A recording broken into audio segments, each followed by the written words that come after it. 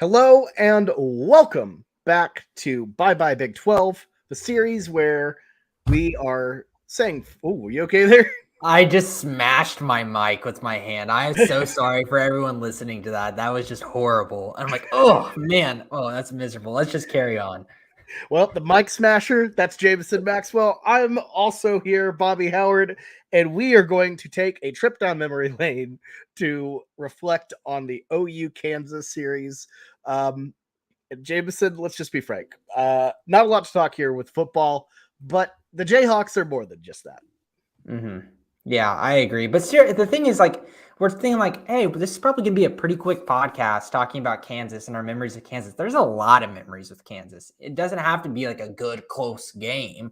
Like, obviously, everyone's going to think of like the Baker Mayfield handshake and, the nut grab and the kind of stuff like that. And then obviously basketball and then the Caleb Williams game. There's like a lot of fun things we can talk about. Yeah, and I mean they've had a lot of moments where they're there. Like they've been present for some really, really big games, big moments. You didn't even mention P-Ryne for that matter, which is No. insane. Yeah, and Mm-hmm. we'll get into all of those good memories for sure. But yeah, Jamison, when you think of Kansas, just as a whole, what do you think of? I think of basketball, obviously. So whenever we're like, oh, let's recap, OU and Kansas's memories together. Like, I know that, like, what we're doing is most primarily based on football, but I went straight into basketball. I thought of obviously that first game, or not the first game, the game versus Perry Ellis in Kansas when it was number one, number two, 2016 triple overtime game. It was one of the best basketball games I've watched. And even though OU lost in the end, like it was back and forth, big shot after big shot, and then Kansas missing every single buzzer beater for the win until, they got it in triple overtime. But that Kadeem Latin free throw miss and, the Devontae Graham steals and the back-to-back like turnovers by Buddy Hield in triple overtime. Like that's the game that like flooded right into my memory. I mean, absolutely. That I think if you had to pick a moment, that's the one that where OU and Kansas were at their peak. Obviously, there's some moments. You and I grew up massive Big 12 basketball fans of OU, and we saw the Kevin Bookouts and those like the Kelvin Sampson type of battles in those early 2000s. Back when it was kind of a little bit even, but that 2016 game was special. In fact, it is so special because I feel like Buddy, weirdly enough, is also a Kansas legend in a weird way because of his performance there. They reflect a lot of positivity about that moment, and they gave him a standing ovation. So, like, I feel like the two universities are absolutely tied in that moment. Obviously, we're mainly focusing on the Big 12 here, but 1988, there's a certain age of OU fan here who who just hates Kansas. All around because of what they did in 88, where Danny Manning and the Miracles beat the Sooners, and they're easily their best basketball.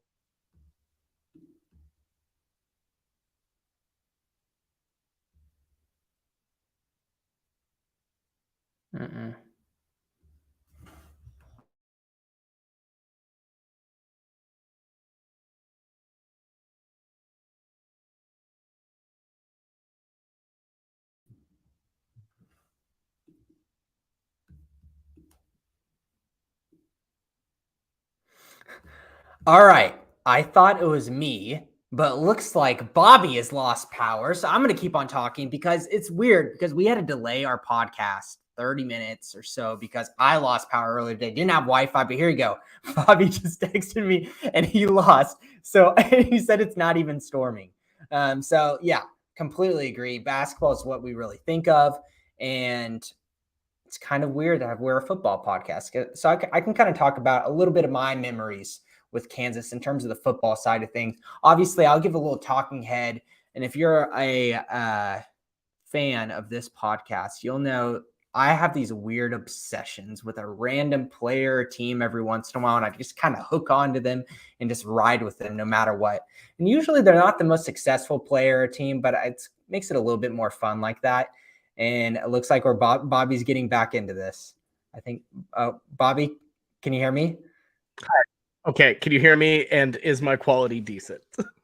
Yeah, it's good. Yes, it actually is. So I was just talking about how the other first thing that I think about whenever I'm with Kansas is it's just one of these other kind of things I hop on with and I kind of run with, and that's the Jason Bean story. I love Jason Bean and everything he did at Kansas.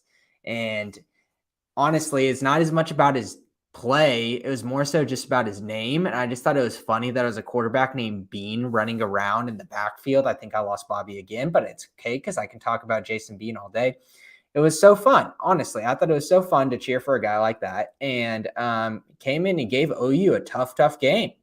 And we would be remiss if we didn't talk about Oklahoma and Kansas in the Caleb Williams game, 2021. That game was just something else. The smartest football play I've probably ever seen in my life. I can't think of anything higher football IQ than Caleb Williams taking the ball on fourth down whenever it was going to get caught short and him running it for a first down. That is thinking chess, not checkers. Not a lot of people would really think that's the way to go. I mean, that's a type of person probably that is got an extreme alpha personality. He knows I can need to go and fix it if something isn't working. And it shows like how special of a player Caleb Williams is. I understand. A lot of OU fans are really kind of upset. Caleb Williams leaving, and it kind of loses a lot of his tarnishes his history.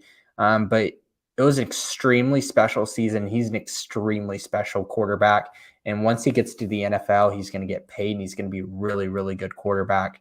That play right there, I was saying, Bobby, is it's the smartest play I've ever seen in football history. Just watching it. Oh my God, hands down. The creativity mid play to go in and grab the ball. I've never seen anything like it. The fact that nobody really knew if you could do it. It was totally legal, of course.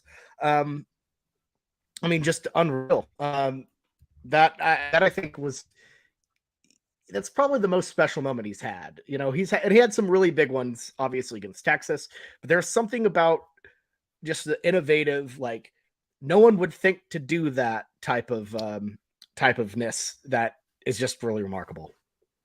Mm-hmm. Especially whenever you're about to get another person's about to get tackled, it is so easy just to stand to the side and watch it happen because as offensive players, it's really what you do. Offensive linemen sometimes will push you across, and obviously that's been kind of a big thing in football recently. But no one just goes and yanks it out of someone. It's like almost hitting the lateral whenever you're playing Madden or NCAA. And it's that is just such a unique style. And that game right there, obviously, so many weird things happening in that game, Bobby. So many weird stories, but just the way that play changed my mindset and my memories of it. I have a positive memory of that game because of what Caleb Williams was able to do and get us out of that rut. But that game was so ugly and so many funny things happened beforehand. Yeah, look, and I gotta say, I have it as my worst, one of my worst moments against Kansas. If you just kind of go by, we always talk about good memories, bad memories. This series, OU was not undefeated against Kansas. We had 2 losses in the 90s, but we didn't exist yet. So we don't really have bad memories against, at a time where we weren't exactly around. So for me, that was as low as it gets, because even though the Williams comeback was remarkable, they got shut out in the first half. That was there are not words for how bad that is. And I think that was the first, there were moments where we looked at things okay, maybe Lincoln Riley, maybe some things are slipping. I don't really know what's going on. That was the moment that I think there was a pivot to anger. And you can go back and listen to our pod on that. I had a pretty bad, I remember the rant about it. I was furious because the lack of effort to come out against Kansas and just lay an egg was really troubling. Yeah, that's for sure. And the thing is 10-0 at halftime. But that the whole talk about power outages, Bobby, legitimately like Kansas's power outage with their scoreboard and then opening the gates in the second quarter, like waiving all tickets, like everyone can come. Like it was just nuts. So if you had to put it down as a football game in that moment, that first half was just a miserable feeling, even into that fourth quarter, a miserable feeling. But it's crazy how strong, recency bias is. Like I remember how it ended, a lot more clear than how it began. And it's kind of a thing maybe that OU fans do because we are so used to starting strong and then we just fizzle out and it's just absolutely embarrassing. And we always remember that fourth quarter, that second half, that Lincoln Riley trademark second half where he just fizzles out and somehow can't put his foot on the gas. So maybe that's why I'm having like oh, that was a cool memory from that. But if you had to put it down, the worst memory of Kansas football, Oklahoma by far was that first half. It was comical and just absolutely just brutal. Yeah, I mean, it was not good. It was very bad. And I don't want to start with pessimism, but 2018, you allow 40 points to a 3-9 Kansas team. That's obviously pretty bad. Puka Williams just completely destroying us. 252 yards, 2 touchdowns. That Kyler team. That was. I think that was the moment that we knew the defense wasn't good. That was the moment we were like, "Oh, this is really, really bad." Like it's a different. Yeah. How long does Mike Stoops have left? Because we had been calling Stoops for is his already name gone. for a while. Well, he was already gone by then. Like he was gone before that game. Oh man, I couldn't remember if that was before or after because I knew he got fired in the middle of the season in 2018. Oh my God. It was in like November. Ruffin McNeil was our defensive coordinator then. Yeah. It was really not good. I think the Lincoln Riley defensive tree was just doomed from the beginning. Lincoln Riley and all of his defensive coordinators, no matter what, was just going to be bad. Yes. The Puka Williams just destroyed us. That was such a odd game. Like how many yards did he have? Like he had like well over 200 yards. 252. Right? 252 yeah. I have in my notes. That's just he just and I'm pretty sure he had a big kickoff return too. And so like he just gashed us. So yes. And I guess in typical OU fashion, we're talking like pessimism from the beginning, but we can round out with a nice happy bow of Kansas. We can talk about obviously really fun games. And I kind of talked about it already at the beginning of this episode. 2017 was probably on my list of like my funnest game because the whole Baker Mayfield nut grab, handshake, and then we went out and beat them 41-3. Like that's just like perfect. Oh my gosh. Yeah, it was an incredible moment. And I was at that one. I don't know if I'll tell the full details on the pod, but yeah, it didn't. From what I remember about it, it was incredible. It was the last. Weren't you on the field for that game? Yeah. No, I had a buddy who knew the person who was. So Kansas, I don't know if they still have this. They had a club at the time where you could get on the field. It's like this field club with like free beer, free food, and all this stuff. And he knew the person who was handing out wristbands. So we just like walked up and she, hooked us up with some wristbands. So we just kind of vibed out on the field club the whole time. And yeah, I mean, it was an incredible game. We didn't see the handshake thing. We kind of heard about it as the day went on. And obviously we didn't see the nut grab, but no, it was a fun game. KU, that hospitality was unique, very fun. Got a picture with the Jayhawk, so that was fun. And then things got a little fuzzy after that. I blame the I think it's called Free State beer. Yeah, the Free State beer was not great, but it was a cool moment for me. It was the last I completed the full Big 12 road trip run that year, so that was fun. But yeah, the fight, yeah, it was not great. Not my finest moment as a college student. Not my finest. Yes. Okay. Moment. Bobby's memories aside, or what little memories he has, that game, I think, is, my favorite Kansas Oklahoma memory. And, Baker was also getting into it with the fans too. It wasn't just like an Oklahoma versus Kansas. He was getting into it with Kansas fans. It's one of those things that Baker Mayfield is the type of player that most everyone in college football hated, but you love him because he's yours. And we can talk from a basketball perspective, for the Warriors, not now, but like maybe 5 or 6 years ago, it's kind of like a Draymond Green thing. Everyone hated him in the NBA, but Warriors fans adored him because having a guy with that kind of chip on his shoulder who trash talks and gets down underneath, people's skin is such a valuable thing to have. And it really gets you the upper leg, I think, in such a competitive sport like football. Yeah, and that first half was pretty close from how I remember it. And, things just kind of escalated and that kind of energy, Was it though?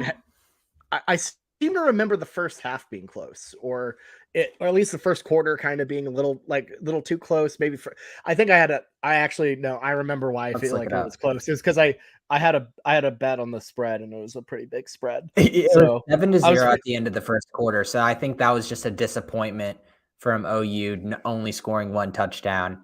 Ended the first half up 21-3, ended the game 41-3. So a good defensive effort from them. But obviously the offense in terms of the standards of the 2017 season should have been a lot higher. And I mean, Kansas, looking at him, their running back was at the time of that game. Who was it? Khalil Herbert, like a big, like he's, this is a really good starting-ish running back in the NFL now. So, wow.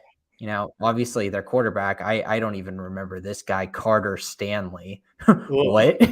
Do you remember that name at all? No, Carter Stanley sounds like the name of multiple like hardware divisions, like if, like a merger has happened between hammer companies.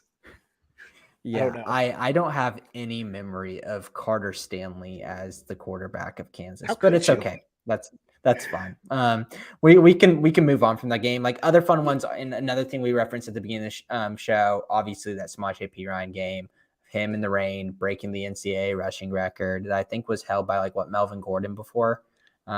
Yes. So yeah, he beat it like I think like a week later. Like Gordon said it, and then P-Ryne beat it like the next week. Yeah, that was such a fun game. And then we did it during our trivia episode. It was one of those gimme questions like, what was the weather like during the game? It was rainy. And sometimes you think is rain going to really help a running back? And you see all these people and obviously on the Schooner Pod, we do it all the time. We try to analyze weather. Is rain really an environment for a running back to kind of, dominate? And for a guy like Samaje P-Ryne, yes, because he is straight line and he is power. He does not require too many cuts to get where he needs to go. And with a good offensive line, he can get a lot of yards. So yes, totally makes sense for him. Yeah, not only that, I think having Cody Thomas as your quarterback helped. Not really. So he was getting a lot of touches. He was getting a lot of touches during that late run when Trevor Knight was hurt. Woof. That was not fun. I actually saw him, Cody Thomas, the other day. He was playing baseball for the Las Vegas Aviators. So nice. That was a weird cameo. Was he playing the Dodgers? Yeah, he was playing the OKC Dodgers. So yeah, I was just like, oh my gosh, it's Cody Thomas. So he's cool. still kicking it in the minors, but doing good. That's still pretty cool. All right, you got anything else for Kansas? Yes, right. Anything else for Kansas? Right. So if we want to go back a little bit further, it's kind of forgotten because they fell off a cliff. But 2008, the Sooners took out number 16 Kansas at home. That was prime KU right there. Or a year after their prime, that crazy year. I'm blanking so bad on that quarterback's name. Reese. Graham? Reese. Yeah, that's right. Tommy Reese. It was Tommy Reese came to Owen Field with Mark Mangino, who OU product. Todd Reesing. My God. I think there's another. Tommy Reese was a Notre Dame guy. Yes, Tommy Reese is the Notre Dame guy. That is now the. It's the OC Didn't he get Bama. hired? Yeah, Bama. I was trying to remember exactly who it was. Yes, Bama. So Todd Reese. I think we made the same mistake on the weekend spread, calling Todd Reesing Tommy Reese and Tommy Reese Todd Reesing. So yes, Todd Reese. That's tough. Yeah, Tommy Reese. Man, that's all 4 KU football fans are gonna kill us for that. Yeah, but I mean, that was like the Aqib Talib season. Like that was like their premier player, right? Yeah, it was a year like right after. They weren't very good, but it's like right after they won the Orange Bowl the year before. So came to Norman, lost, ran into a buzzsaw after that again. They played Texas as well, so pretty tough. Mangino, that's a Bob Stoops product, so pretty cool stuff. Mm-hmm. I believe that was his last year too. Before he got the axe for screaming at kids, which is not good. Got to give a nod to I guess got to give a nod to 2022 last year. Beat a ranked Kansas team when OU was unranked.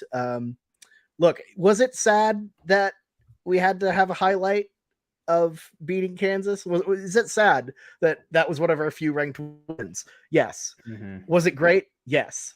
So I'll give him that. 2022 Kansas was a fun team, you know. Yeah. So like we can't damn them too much. So that obviously there was a lot of optimism amongst that team in the whole college football world. So, you know, it's weird to say. Of course. And I'd be remiss if I didn't bring up the 2 greatest moments of Kansas football.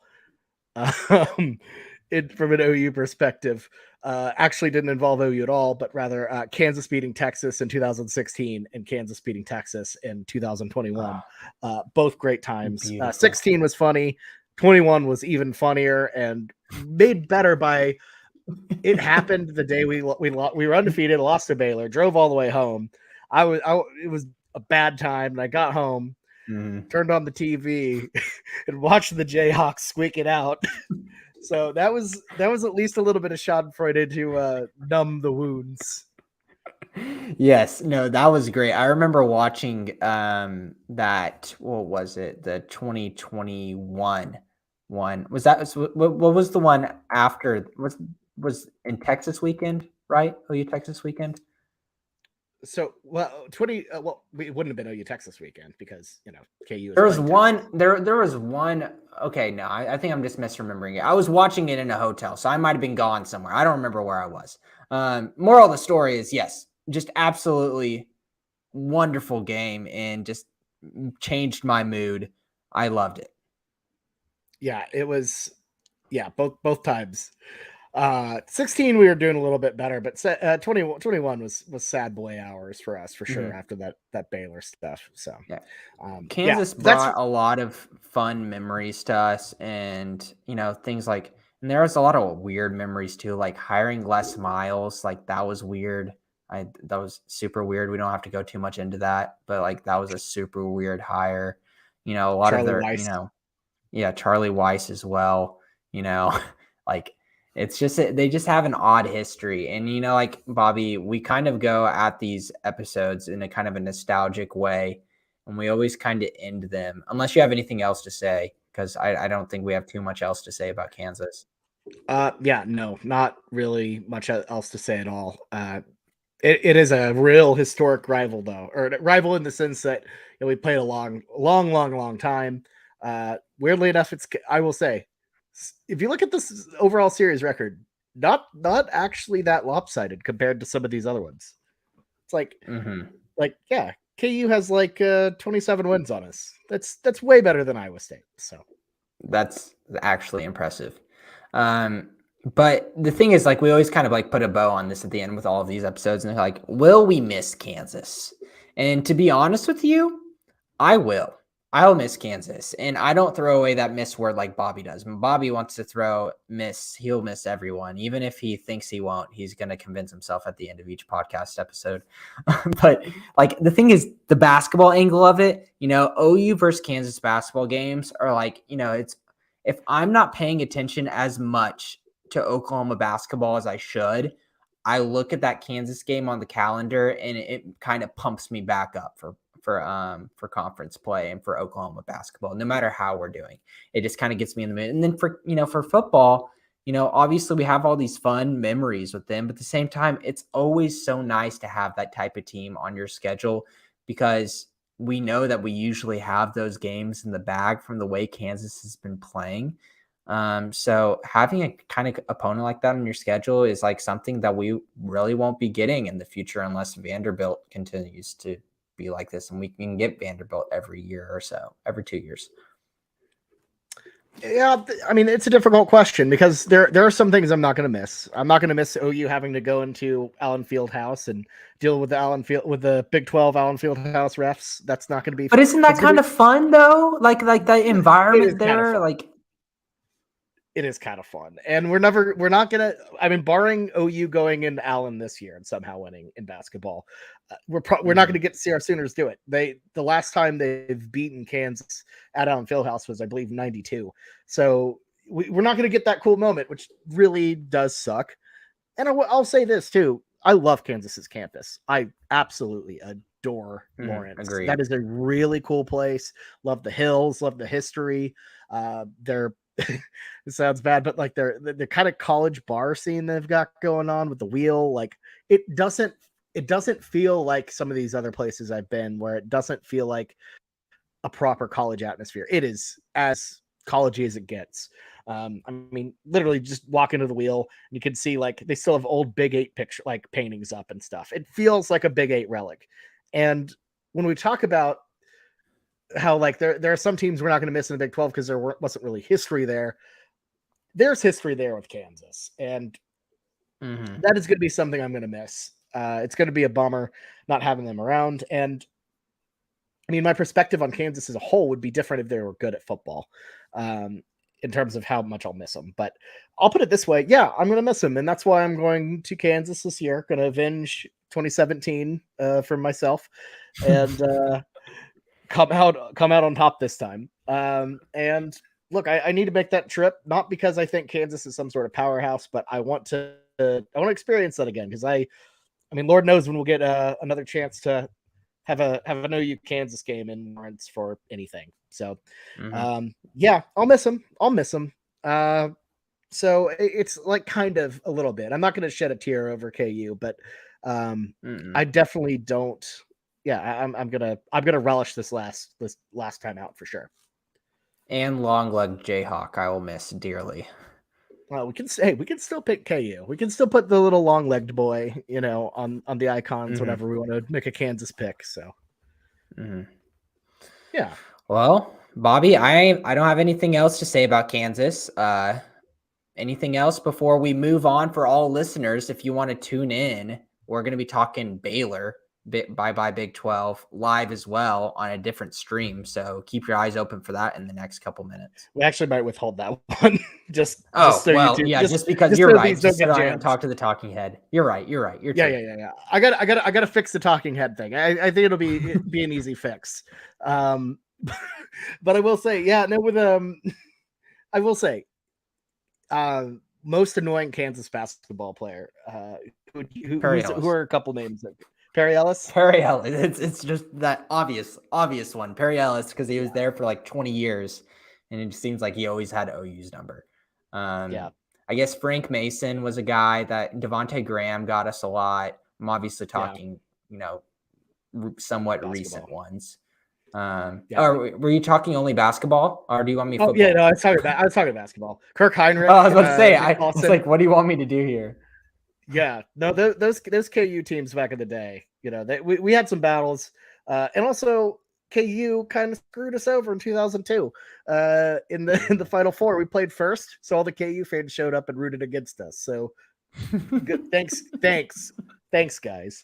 But no, it's I'm gonna miss them. So I think that's all we got for the Jayhawks, though. Agreed. Yeah. Well, thank y'all so much for watching. Even if you're watching, sorry for the talking head and the technical issues earlier. Yeah, we talked about the 1988 title game. Danny Manning. Screw that guy. That OU's basketball program looks so different if that championship run doesn't happen. If OU wins one, ugh. But no, like so thank you for watching despite the technical difficulties.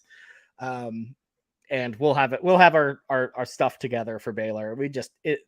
My Wi-Fi, of course, being the issue. What a mess. But yeah. So if you enjoyed this, if you're a Big 12 fan, we talk all Big 12 throughout the season on the weekend spread. So if you like this, give us a subscription. You're not going to just see OU football content all the time, so there will be some stuff for y'all. So yeah. Anyways, so Jamison, I'm sure you're good, right? No more final thoughts. Of course. All right. So for me, the talking head, and Jamison, this has been the Scooter Pod. Bye Big 12. Thank you so much for watching, listening. We'll see you next time. Have a good one, and Boomer Sooner, everyone.